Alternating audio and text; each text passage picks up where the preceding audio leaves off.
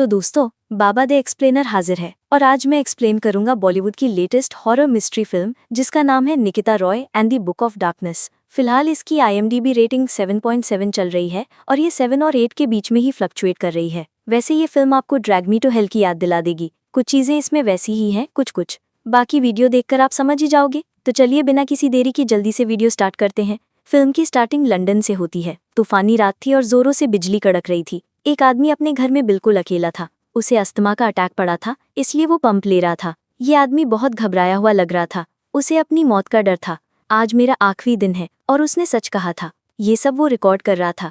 तभी खिड़की के बाहर कोई साया दिखाई देता है जिससे वो और भी डर जाता है और घर में इधर उधर छुपने की कोशिश करता है। लेकिन वो साया घर में भी घुस जाता है और उसे ढूंढ लेता है, जिसे बचने के लिए वो फिर घर के बाहर भागता है और अपनी कार में बैठकर वहां से दूर जाने लगता है। लेकिन उसका ध्यान सामने रोड पर था ही नहीं।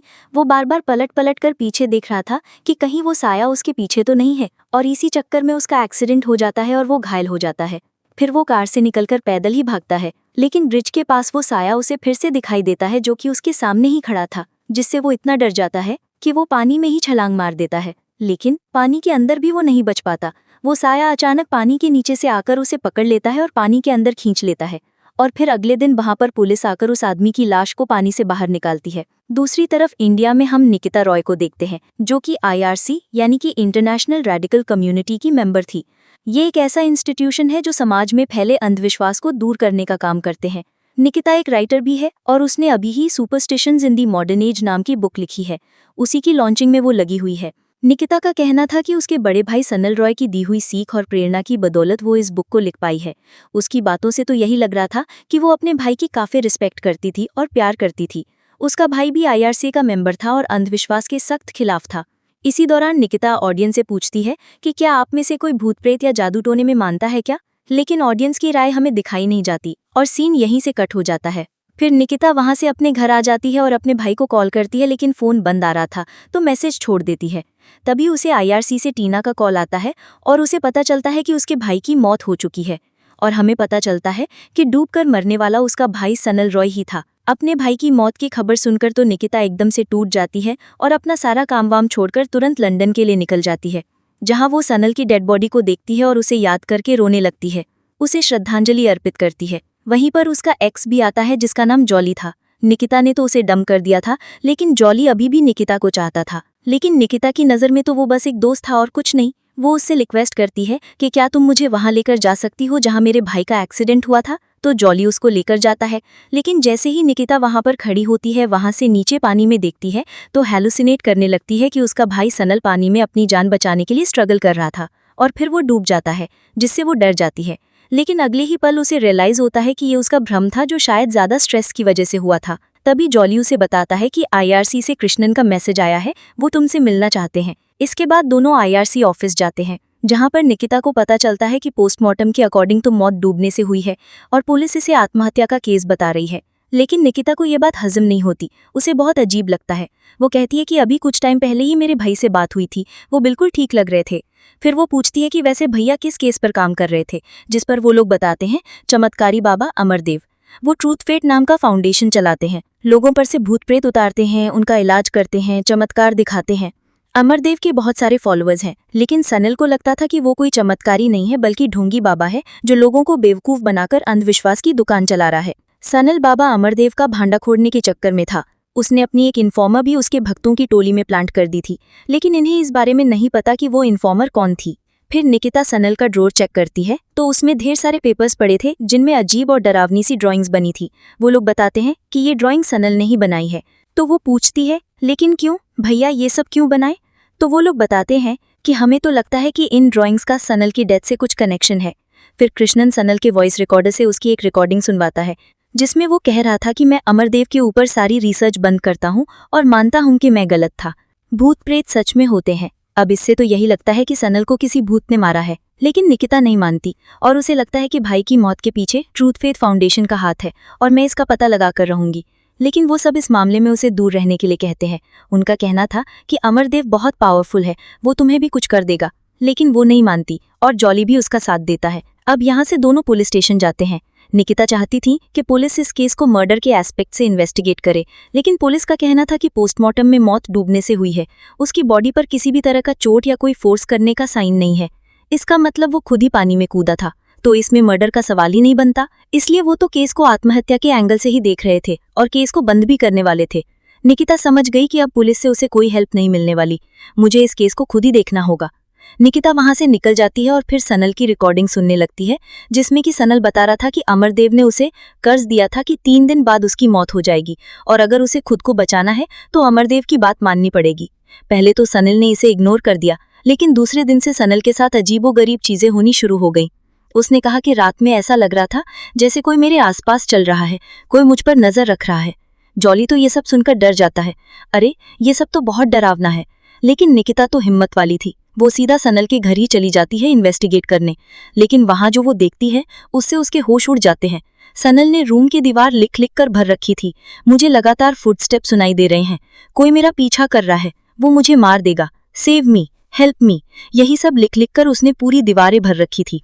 और उन भूत प्रेत मॉन्स्टर की ड्राइंग्स भी बना रखी थी जिनसे वो डर रहा था, जो उसे हॉन्ट कर रहे थे।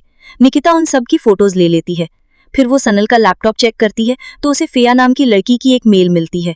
वो सनल को कोई पार्सल भेजी थी जिसे शायद वो पिकअप नहीं किया या कर नहीं पाया। निकिता जॉली से कहती है कि हमें अब पार्सल लाना होगा, तो जॉली कहता है कि ऑफिस तो बंद हो गया है, अब कल ही जाकर ला पाएंगे।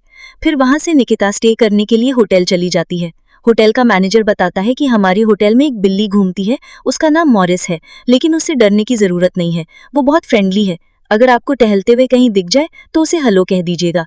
फिर निकिता कीज लेकर अपने रूम की तरफ चली जाती है। रूम के बाहर ही उसे वो बिल्ली मिल जाती है जिसे निकिता प्यार से हेलो कहती है, और वो उसे इतनी पसंद आ जाती है कि वो उसे अपने रूम में ही ले जाती है। यहाँ पर निकिता एक दूसरी रिकॉर्डिंग सुनती है जिसमें वो बता रहा था कि शायद उसका इन्फॉर्मर पकड़ा गया है और उससे कोई बातचीत नहीं हो पा रही, वो किस हाल में है कुछ नहीं पता। मुझे डर है कि कहीं अमरदेव ने उसे कुछ कर तो नहीं दिया, कोई काली शक्ति है जो उसके लिए काम करती है, वो मुझे भी मार देगी, मुझे बहुत डर लग रहा है। ये सब सुनने के बाद तो निकिता को अब अमरदेव के बारे में जानना था। वो उसके बारे में नेट पर रिसर्च करती है और अगले दिन ही जॉली के साथ सबसे पहले ट्रूथ फेट फाउंडेशन जाती है, जहां पर अमरदेव के पास एक अपाहिज लड़का आता है। वो बहुत परेशान था। अमरदेव बिना उसके बताए ही बता देता है कि उसकी दोस्त की आत्मा उसे परेशान कर रही है। वो लड़का मानता भी है कि हाँ, वो मुझे हर जगह हॉन्ट करती है। अमरदेव कहता है कि मुझे पता है तुमने क्या किया है, सबको बताओ। फिर लड़का कन्फेस करता है कि वो लड़की उसकी दोस्त थी। उसकी मौत एक कार एक्सीडेंट में हुई थी जिसका जिम्मेदार वही था। वो कहती रही कि कार इतनी स्पीड में मत चलाओ, लेकिन ये नहीं माना और एक्सीडेंट हो गया, और एक्सीडेंट में उस लड़की की मौत हो गई और ये अपाहिज हो गया। फिर अमरदेव वहीं पर एक जगह पॉइंट करके बताता है कि उसकी आत्मा यहीं पर है और उसे माफी मांगने के लिए कहता है। फिर वो लड़का उसे माफी मांगता है और इसी दौरान वो खड़ा भी हो जाता है। अमरदेव बताता है कि उसने तुम्हारे पैरों को जकड़ा हुआ था जिससे तुम ठीक नहीं हो पा रहे थे, लेकिन अब उसने तुमको माफ कर दिया, वो चली गई है, अब तुम जल्दी ठीक हो जाओगे। और ये देखकर सब अमरदेव अमरदेव अमर रहे के नारे लगाने लगते हैं। जॉली तो अमरदेव पर यकीन भी करने लगा था कि ये तो वाकई में चमत्कारी बाबा है, लेकिन निकिता को उस पर यकीन नहीं आता।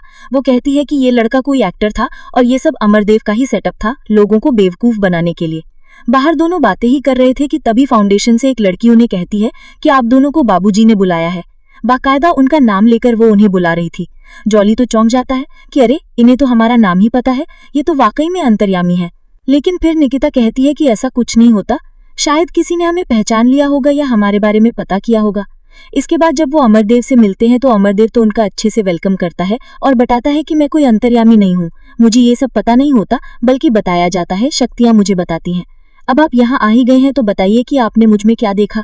तो निकिता उसके मुंह पर ही बोलती है कि आपके रूप में मुझे अपने भाई का हत्यारा दिखा, जिसने मेरे भाई को शाप दिया कि 3 दिन के अंदर उसकी मौत हो जाएगी, और 3 दिन में ही उसकी मौत हो गई। तो अमरदेव इस बात पर उसे टॉन्ट मारता है, क्या आप तो आरसी वाले हैं ना, आप श्राप और बद्दुआ जैसी चीजों पर कब से मानने लगे, और आपकी किताब में भी तो ऐसा कुछ नहीं लिखा। निकिता समझ जाती है कि उसका सोचना बिल्कुल सही था। अमरदेव उसके बारे में पहले से अच्छी खासी रिसर्च करके रखा है और वो कोई ढोंगी है, चमत्कारी नहीं। वो उसे चैलेंज करती है कि एक दिन मैं तुम्हारी सच्चाई सबके सामने लेकर आऊंगी, जिस पर अमरदेव कहता है कि तुम्हारे पास इतना समय ही नहीं है। वो उसे भी कर्ज दे देता है कि अब तुम्हारे पास सिर्फ 3 दिन है, और ये कहकर चला जाता है। निकिता को तो कोई फर्क नहीं पड़ता, लेकिन जॉली बहुत परेशान हो जाता है। कहता है क्या जरूरत थी उसे चैलेंज करने की, अगर उसके पास सच में कोई शक्ति हुई तो, तुम्हें सच में कुछ हो गया तो जाओ जाकर उसे माफी मांग लो। लेकिन निकिता बहुत वो जिद्दी नहीं मानती और पूछती है, तुम मेरा साथ दोगे कि नहीं? अब जॉली निकिता से प्यार करता था, इसलिए वो उसका साथ देने के लिए तैयार था। फिर वहां से निकिता वो पार्सल लेने जाती है और किसी रेस्टोरेंट जाकर उसे देखती है। उसमें एक बुक की जिसका नाम था द बुक ऑफ डार्कनेस। इसमें वैसी ही अजीब और डरावनी ड्राइंग बनी थी और कुछ कोड वर्ड में लिखा हुआ था। उनमें से एक ड्राइंग तो बिल्कुल वही थी जो उसने सनल के रूम में देखी थी, सबसे बड़ी वाली, जिससे निकिता को समझ आ जाता है कि इस बुक के चलते ही सनल की मौत हुई है। लेकिन ये किस तरह की बुक है, इसमें किस तरह की जानकारी है? अब ये सब तो वो लड़की फ्रेया ही बता सकती थी जिसने इस बुक को पार्सल किया था। निकिता को लगता है कि फ्रेया ही सनल की इन्फॉर्मर है। पैकेट से फ्रेया का एड्रेस लेकर वो उसे मिलने जाती है तो उसका घर बिल्कुल जंगल टाइप एरिया में था। अजीब बात ये थी कि डोर पहले से ओपन था और घर में कोई नहीं था, पूरा खाली था, और वहां लाश के सड़ने की बदबू भी आ रही थी। पहले तो उन्हें लगता है कि फ्रेया को भी तो कुछ नहीं हो गया, लेकिन फ्रेया असल में जिंदा थी, जो पीछे वाले बगीचे में काम कर रही थी और उसने कुत्ता मार रखा था। वो बदबू उसी की लाश की थी। फ्रेया के हाथ में चाकू था और वो बहुत खतरनाक लग रही थी। उसकी दिमागी हालत ठीक नहीं थी। उन्हें देखकर वो कुछ तो अजीब से शब्द बोलती है और पता नहीं क्यों डर कर वहां से भागने लगती है। वो दोनों भी उसका पीछा करते हैं और उस तक पहुंच भी जाते हैं, लेकिन फिर फ्रेया उन्हें चाकू दिखाने लगती है और वो बहुत अग्रेसिव हो जाती है। वो लोग उसे शांत करने की कोशिश करते हैं, लेकिन वो उन पर चाकू चलाने लगती है। निकिता फिर कहती है, फ्रेया शांत हो जाओ, हम तुम्हें कुछ नहीं करेंगे, बस तुमसे बात करने आए हैं। तभी फ्रेया वहां किसी को देखकर डर जाती है, लेकिन निकिता को वहां कोई भी दिखाई नहीं दे रहा था और इतने में फ्रेया खुद का ही गला काट लेती है और वहीं खत्म हो जाती है। ये देखकर दोनों पैनिक कर जाते हैं और तुरंत वहां से निकल जाते हैं। ये सब के बाद वो जॉली निकिता को बहुत समझाता है कि अब मामला बहुत बिगड़ चुका है, हम पुलिस केस में भी फंस सकते हैं, ये इन्वेस्टिगेशन अब बंद कर दो। लेकिन निकिता अभी भी अपनी जिद पर अड़ी थी, वो नहीं सुनती। जॉली के सब्र का बांध भी अब टूट जाता है। अब वो उसे और नहीं समझाता और उसे छोड़कर चला जाता है, और अब निकिता अकेली पड़ जाती है, लेकिन अपना काम वो नहीं छोड़ती। अब वो बैठकर बुक को स्टडी करने की कोशिश करती है, लेकिन उसे कुछ भी समझ नहीं आ रहा था। तभी इसी दौरान इत्तेफाक से बुक के कोने से एक मेमोरी कार्ड मिलता है, जिसके अंदर सिर्फ एक वीडियो थी, जो कि असल में एक डॉक्यूमेंट्री थी। इसे फ्रेया ने स्पाई करते हुए रिकॉर्ड किया था। उसमें एक लड़की दिखाई देती है जो कि पजेस्ड लग रही थी और अमरदेव उस पर से भूत उतार रहा था। फ्रेया अमरदेव के सीक्रेट चेंबर को भी दिखाती है जहां पर वही बुक रखी थी, और फ्रेया का कहना था कि इसी में अमरदेव की शक्तियों का राज छुपा है, इसी से वो अपने मिरेकल्स वगैरह करता है। निकिता वो वीडियो देख ही रही थी कि तभी बाहर से एक चौंका देने वाली आवाज सुनाई देती है। वो बाहर निकलकर देखती है, लेकिन वहां कोई नहीं था। फिर वापस आ जाती है कि शायद कोई जानवर होगा या मेरा वहम होगा। इसके बाद वो जॉली को कॉल करती है, ये बताने के लिए कि मैं फिर से फ्रेया के घर जा रही हूँ, लेकिन उसका फ़ोन बंद था। तो वो मैसेज छोड़ देती है और फिर फ्रेया के घर जाती है, जहाँ दीवारों पर वो उसी राक्षस की ड्राइंग देखती है। लेकिन सनल के केस से यहाँ पर एक बात अलग थी, उसके साथ कोई नंबर भी लिखा हुआ था। निकिता उसकी भी फ़ोटो ले लेती है। इसी बीच जमीन पर उसे सूखा हुआ खून दिखाई देता है, जिससे कि पता चलता है कि फ्रेया यहीं उस कुत्ते को चाकू से गोद गोद कर मारी थी। लेकिन उसने ऐसा क्यों किया? निकिता यही सोच रही थी। फिर उसे ध्यान आता है कि उस वक्त वो गार्डन में कुछ तो दबा रही थी। फिर वो गार्डन में जाकर उसी जगह को खोद कर देखती है तो उसमें से एक वुडन बॉक्स निकलता है, जिसमें कि कोई ग्रीन कलर का सोल्यूशन जैसा कुछ रखा हुआ था, जिसे वो अपने पास ही रख लेती है और घर के अंदर जाकर फिर से इन्वेस्टिगेट करने लगती है। तभी खिड़की से वो क्या देखती है कि बाहर कोई श्रेया की बॉडी को खा रहा था। उसने अपना चेहरा ढका हुआ था, लेकिन दूसरे ही पल वो निकिता की तरफ देखता है और उसका भयानक चेहरा देखकर निकिता वहां से भागने लगती है। निकिता को एहसास होता है कि वो राक्षस भी उसका पीछा कर रहा था। उससे बचने के लिए वो जंगल में इधर उधर भागती फिर रही थी, और तभी इतने में कार लिए जॉली वहां पर आ जाता है। उसने मैसेज सुन लिया होगा। निकिता तुरंत कार में बैठ जाती है और तुरंत उसे वहां से चलने के लिए बोलती है। उसकी हालत देखकर जॉली से कुछ पूछता भी नहीं और उसे लेकर वहां से निकल जाता है। रास्ते में निकिता बार बार पीछे देखे जा रही थी कि कहीं वो राक्षस उसके पीछे तो नहीं। उसकी हालत बिल्कुल सनल की तरह होती जा रही थी। अमरदीव का श्राप सच हो रहा था। खैर, होटल पहुंचकर जॉली पूछता है, अब बताओ वहां पर क्या हुआ था, तुम इतना डरी हुई क्यों थी? लेकिन निकिता ने जो वहां देखा था, अभी वो उसकी समझ से परे था, इसलिए बोलती है, मुझे भी एग्जैक्टली नहीं पता कि वहाँ क्या हुआ था। उसे काफ़ी डर लग रहा था, इसलिए आज रात के लिए वो जॉली को अपने साथ ही रुकने के लिए कहती है और वो वहीं रुकता है। तब जाकर निकिता को थोड़ी हिम्मत आती है और उसका दिमाग थोड़ा शांत होता है। फिर ध्यान से सोचती है कि वो सब शायद सच नहीं था बल्कि हैलुसिनेशन था और शायद उस ग्रीन सब्सटेंस में ही कुछ गड़बड़ है, वही है जो भ्रम पैदा करता है। फिर अगले दिन वो सबको बताती है कि वो जो ग्रीन सब्सटेंस उसे मिला था उसी में कुछ है। अमरदेव इसी से लोगों के दिमाग में भ्रम पैदा करता है, लेकिन जब वो सल्यूशन को टच करती है तो उसमें ऐसा कोई भी साइकोटिक ड्रग नहीं मिलता जो दिमाग में भ्रम पैदा करे। सबके सामने वो गलत साबित हो जाती है। सब उसे बोलते हैं कि अब मान लो कि तुम गलत हो और इसलिए केस को भी आप छोड़ दो, तुम्हें इससे कुछ नहीं मिलेगा। लेकिन वो अभी भी हार मानने को तैयार नहीं थी। वो कहती कि मैं अपने भाई की मौत का राज जानकर ही रहूंगी। इतने में वहां पुलिस वाला भी आ जाता है। वो फरिया की मौत के सिलसिले में बात करने आया था, क्योंकि फरिया की बॉडी पुलिस को मिल गई थी और कोई लोकल लेडी बता दी थी कि ये दोनों को फरिया के घर के पास देखी थी, इसलिए पुलिस को तो ये दोनों ही सस्पेक्ट लग रहे थे। और फिर वो पूछताछ करने के लिए दोनों को अपने साथ ले जाता है। लेकिन तभी जॉली देखता है कि ये गलत लेकर जा रहा है, पुलिस स्टेशन का रास्ता तो दूसरा है। वो उसे बोलता भी है कि आप ये हमें कहाँ लेकर जा रहे हैं, जिस पर ऑफिसर बोलता है कि मैं बस आप लोगों की मदद कर रहा हूँ, शांत हो जाइए, सब ठीक होगा। और वो उनको अमरदेव के आश्रम में ही लेकर जाता है, क्योंकि ऑफिसर अमरदेव से ही मिला हुआ था। लेकिन अमरदेव उसे करप्ट नहीं बल्कि ऑनेस्ट ऑफिसर बता रहा था, जिस पर निकिता कहती है कि हाँ देखा मैंने, तभी तो हमें पुलिस स्टेशन के बजाय यहाँ लेकर आए हैं, शायद तनख्वाह आप ही से लेते होंगे। अमरदेव फिर कहता है कि आप मुझे गलत समझ रही हैं, वो भी बाकी सबकी तरह मेरा एक फॉलोअर है, मुझ पर यकीन करता है कि जो मैं करता हूँ वो सही के लिए करता हूँ। फिर वो देखते हैं कि वो किताब तो अमरदेव के पास थी। वो बताता है कि फरिया मेरे पास इलाज के लिए आई थी, मुझे नहीं पता था कि वो ये किताब चुराने आई थी, जबकि इसकी ज़रूरत ही नहीं थी। वो मांग लेती तो मैं वैसे ही दे देता।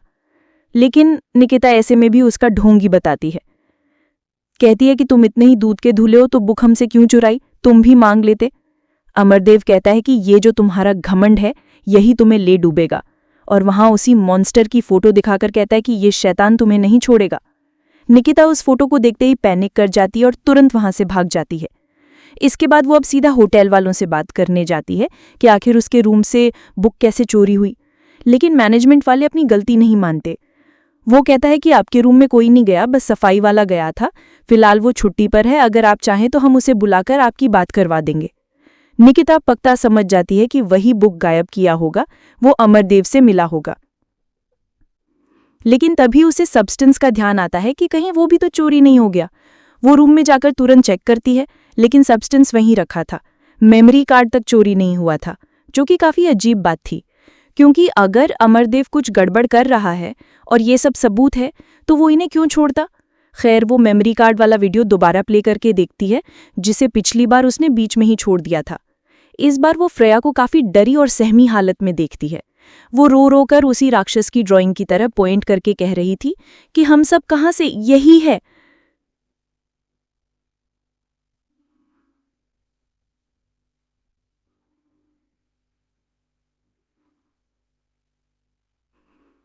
निकिता इस बार भी राक्षस के साथ एक नंबर देखती है। उसे लगता है कि ये सब कोई कोड है जिसके जरिए फ्रेया कुछ बताना चाहती थी। निकिता अब टीना को एक वीडियो और फोटो सेंड करके इस कोड को डिकोड करने के लिए कहती है। कुछ ही टाइम के अंदर टीना उसे कॉल करके बताती है कि उसने उन कोड्स को डिकोड कर लिया है। वो नंबर असल में एक लोकेशन के कोऑर्डिनेट्स हैं, कोई पुराना सा अबैंडेंड कॉम्प्लेक्स है। बस फिर क्या था, निकिता जॉली के साथ अब उस अबैंडेंड कॉम्प्लेक्स को देखने जाती है, जहां पर कॉरिडोर के एक हिस्से में कई सारे सब्सटेंस वाली ट्यूब बिखरे हुए थे। कुछ ट्यूब्स वगैरह टूटे हुए भी थे। खैर अब दोनों कॉम्प्लेक्स के बाकी एरिया में चेक करते हैं, जिसके लिए दोनों अलग अलग हो जाते हैं। इसी दौरान निकिता को वहां कुछ ऐसा मिलता है जिससे उसकी हालत खराब हो जाती है। जमीन पर एक ताज़ा डेड बॉडी पड़ी थी, और इतना ही नहीं, जब वो चारों ओर टॉर्च घुमाती है तो वहां ढेर सारे कंकाल पड़े थे। इसी के साथ वहां वो राक्षस भी था जो अभी भी एक डेड बॉडी को खा रहा था। तभी वो निकिता को देख लेता है, जिससे डरकर निकिता वहां से भागने लगती है और एक अलमारी में जाकर छुप जाती है। वो राक्षस उसे ढूंढता हुआ वहां आता तो है, लेकिन उसे देख नहीं पाता और चला जाता है। इसके तुरंत बाद निकिता वहां से भी बाहर आकर भागने लगती है। लेकिन वो राक्षस उसकी गर्दन पर पंजा मारकर उसे घायल कर देता है, जिससे वो हेल्पलेस होकर नीचे गिर जाती है और वो राक्षस उसके सामने खड़ा था। लेकिन तभी वो अचानक से गायब हो जाता है और जॉली आकर निकिता को संभालता है। फिर वो निकिता को अमरदेव के पास ही ले जाता है, उससे माफी मांगते हुए निकिता को बचाने के लिए कहता है, जिस पर अमरदेव कहता है कि निकिता को बचाने के लिए आपको किसी जानवर की बलि देनी पड़ेगी, जिससे उस राक्षस की भूख शांत हो जाएगी और ये कर्स हट जाएगा। लेकिन तभी निकिता अचानक से अमरदेव के गले पर चाकू रख देती है और पूछती है, क्या किया है तुमने मेरे साथ? जिस पर अमरदेव कहते हैं कि रुक गई, मार दो मुझे, लेकिन इससे होगा क्या? ये श्राप तो नहीं मिटेगा और उल्टा मेरी हत्या से मेरा कद और बढ़ जाएगा। सब तो यही कहेंगे कि एक जिद्दी नास्तिक मुझे गलत साबित नहीं कर पाई तो मार दिया, इसके बाद तो मेरे भक्त और बढ़ जाएंगे। लेकिन निकिता तो ये नहीं चाहती थी, इसलिए वो पीछे हट जाती है और फिर वो क्या करती है कि उस बिल्ली का गला दबाने लगती है, क्योंकि उसके दिमाग में अब अमरदेव की वही बात आ रही थी कि श्राप से बचने के लिए किसी जानवर की बलि देनी पड़ेगी। प्रिया ने भी इसीलिए उस कुत्ते को मारा होगा। लेकिन निकिता से नहीं हो पाता, वो इतनी भी पागल नहीं हुई थी। उसकी पकड़ ढीली पड़ जाती है और बिल्ली जान बचाकर भाग जाती है और फिर निकिता भी बेहोश हो जाती है। लेकिन इसी दौरान उसके हाथ से लगकर वो टेस्ट करने वाला केमिकल गिर जाता है, जो कि बैग पर लगता है और रंग बदल जाता है, जिससे कि हमें ये पता चलता है कि साइकोटिक ड्रग निकिता के बैग में लगा हुआ था। लेकिन ये जानने से पहले ही वो बेहोश हो चुकी थी। दूसरी तरफ जॉली निकिता को याद करके उसके साथ अपनी फोटोज देख रहा था। इसी दौरान उसे एक आदमी दिखाई देता है जो कि इन लोगों पर शायद नजर रख रहा था। अब उसे भी कुछ गड़बड़ लगती है। फिर वो उस दिन की रिकॉर्डिंग सुनता है जिसमें प्रिया कुछ तो अजीब सा शब्द बोली थी, अजोक। जॉली जब इसके बारे में सर्च करके देखता है तो पता चलता है कि ये प्लांट बेस्ड ड्रग का नाम है, जिससे कि उसे समझते देर नहीं लगती है कि निकिता सही थी, ये कोई श्राप नहीं बल्कि एक कॉन्स्पिरेसी है। जिसके बाद वो निकिता से मिलकर अमरदेव को एक्सपोज करने का प्लान बनाता है। अमरदेव जब अपने आश्रम में प्रवचन दे रहा था तभी जॉली निकिता को लेकर वहां आता है और उससे मदद मांगता है कि निकिता को बचा लीजिए।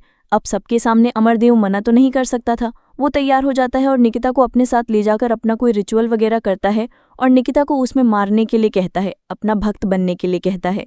पहले तो निकिता नाटक करती है कि हाँ मैं अपनी हार मानती हूँ और आपकी शरण में आती हूँ, लेकिन फिर दूसरी पल वो उसे एक्सपोज करना शुरू करती है कि कैसे अमरदेव पहले इस राक्षस की फोटो दिखा दिखाकर डराता है और एक साइकोटिक ड्रग का यूज़ करके लोगों के अंदर भ्रम पैदा कर देता है, जिससे फिर सबको वही राक्षस दिखने लगता है। निकिता पहले सोच रही थी कि ये सब्सटेंस वो ब्रीन वाला था, लेकिन नहीं, असली सब्सटेंस अमरदेव ने निकिता के बैग और सामान पर लगवा दिया था, क्योंकि जब ये इससे मिलने आए थे तो प्रोटोकॉल के बहाने इनका सामान जमा करवा लिया गया था। तभी इन्होंने वो सब्सटेंस निकिता के बैग पर और सामान पर लगा दिया था और वो ग्रीन वाला सब्सटेंस असल में इसका एंटीडोट है। उसी को पिलाकर जॉली ने निकिता को ठीक किया था। लेकिन फिर वो राक्षस ने जो पंजा मारा था उसका क्या? तो ऐसा कुछ हुआ ही नहीं था। निकिता हड़बड़ी में खुद गिरकर चोट लगवा ली थी।